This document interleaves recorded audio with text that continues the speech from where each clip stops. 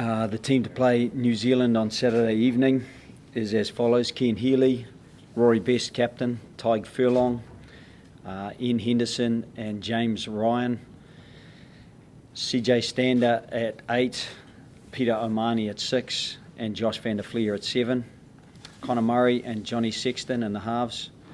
In the midfield, Robbie Henshaw at 12 and Gary Ringrose at 13. On the left wing, Jacob Stockdale. On the right wing, Keith Earls. And at fullback, Rob Carney.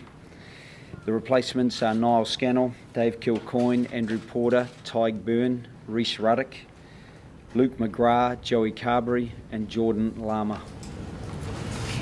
Joe, after Jordan Lama's one of the match performances, so is there any temptation to go with him ahead of Rob Carney? Yeah, there's probably 4 or 5, maybe half a dozen reasonably tight selection decisions, and you weigh up the experience, the previous performances against particular opposition and combinations, and you make a decision that's what you believe the best informed you can make, but you can't guarantee you've got any decision right until the game is completed.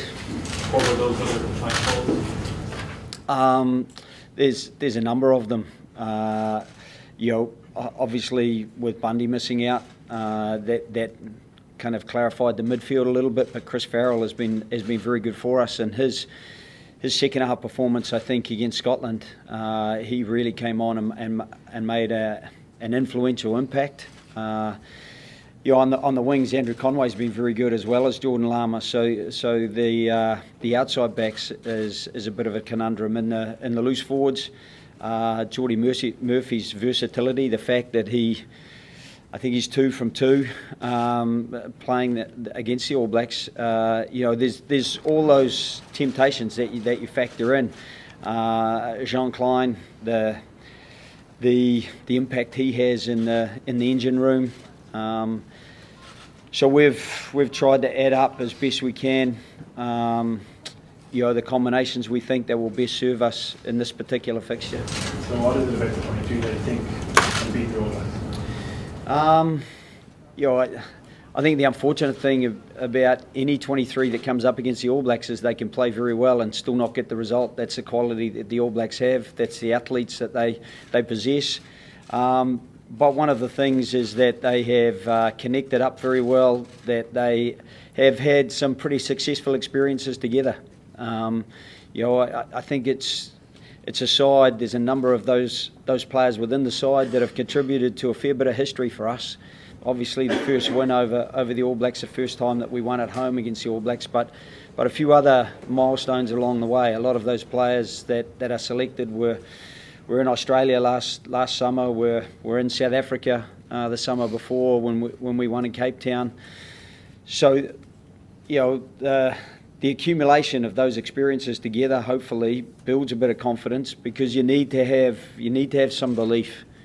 You can't go out against an All Black side and accept that you're second fiddle. You've got to go out and put your best foot forward, and we hope that this 23 will be committed to doing that. Joe, is this Ireland team playing better than the team that beat the All Blacks? From what you're seeing, have they gone on to another level? It's really hard to say, because there are so many variables. We got into Tokyo late Monday evening. We trained Tuesday. We trained this morning.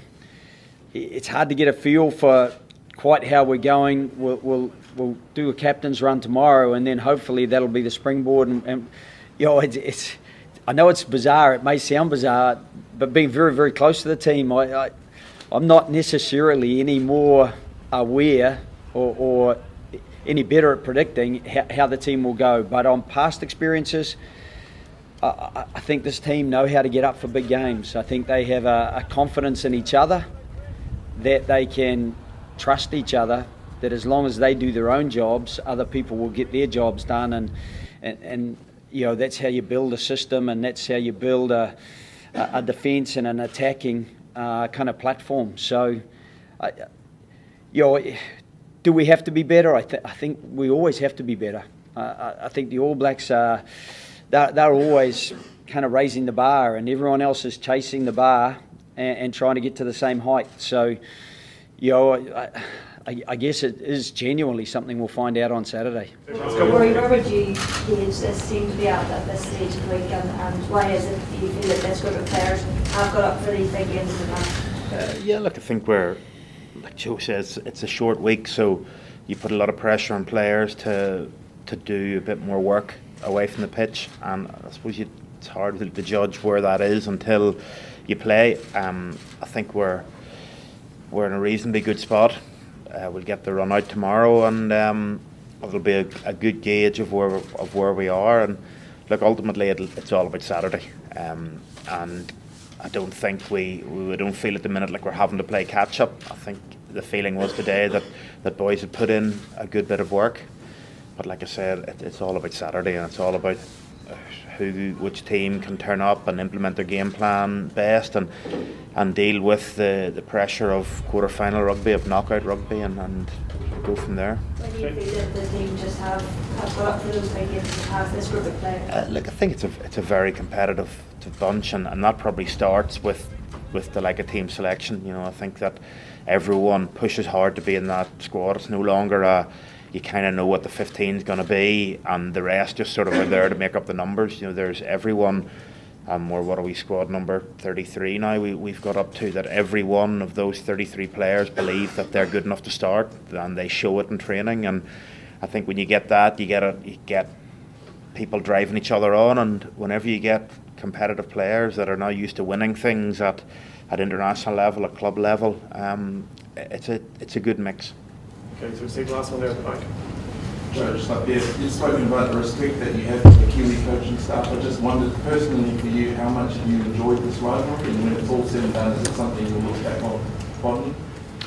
Yeah, they're good guys to kind of have a drink with afterwards. I don't really enjoy the rivalry because it's difficult. It's a bit of double jeopardy, to be honest. I think they're smart coaches, and so you're trying to think about what they're going to bring and how they're going to try to manipulate us, and at the same time you're trying to devise strategies that, based on what you've seen of them and knowing them personally, how you think you can try to manipulate them. So in the end, that's only a small part of it. Coaching is only a small part of what goes into the 23 players who really then put the jersey on and play. But I enjoy that part of the job for sure. So and I'll enjoy catching up with them on Saturday. I exchanged a few texts last Saturday. So we'll look forward to catching up, and then we'll both sit nervously in coaches' boxes and hope that our teams can get the result on the day. Anything you can share from those texts? Just really wishing each other luck, and also kind of not that happy that we're seeing each other this early, but it is one of those things, and as I say, I've got huge respect. It's hard for anyone not to have respect for what the All Blacks have achieved, and I think Steve and Fozzie have been at the forefront of that. As I said, Mike Cron, they've been there for a very long time and have done an incredible job. So, as a coach coming from New Zealand, seeing those guys at the top of the tree, it's pretty awesome to be able to be in the mix coaching against them, to be honest.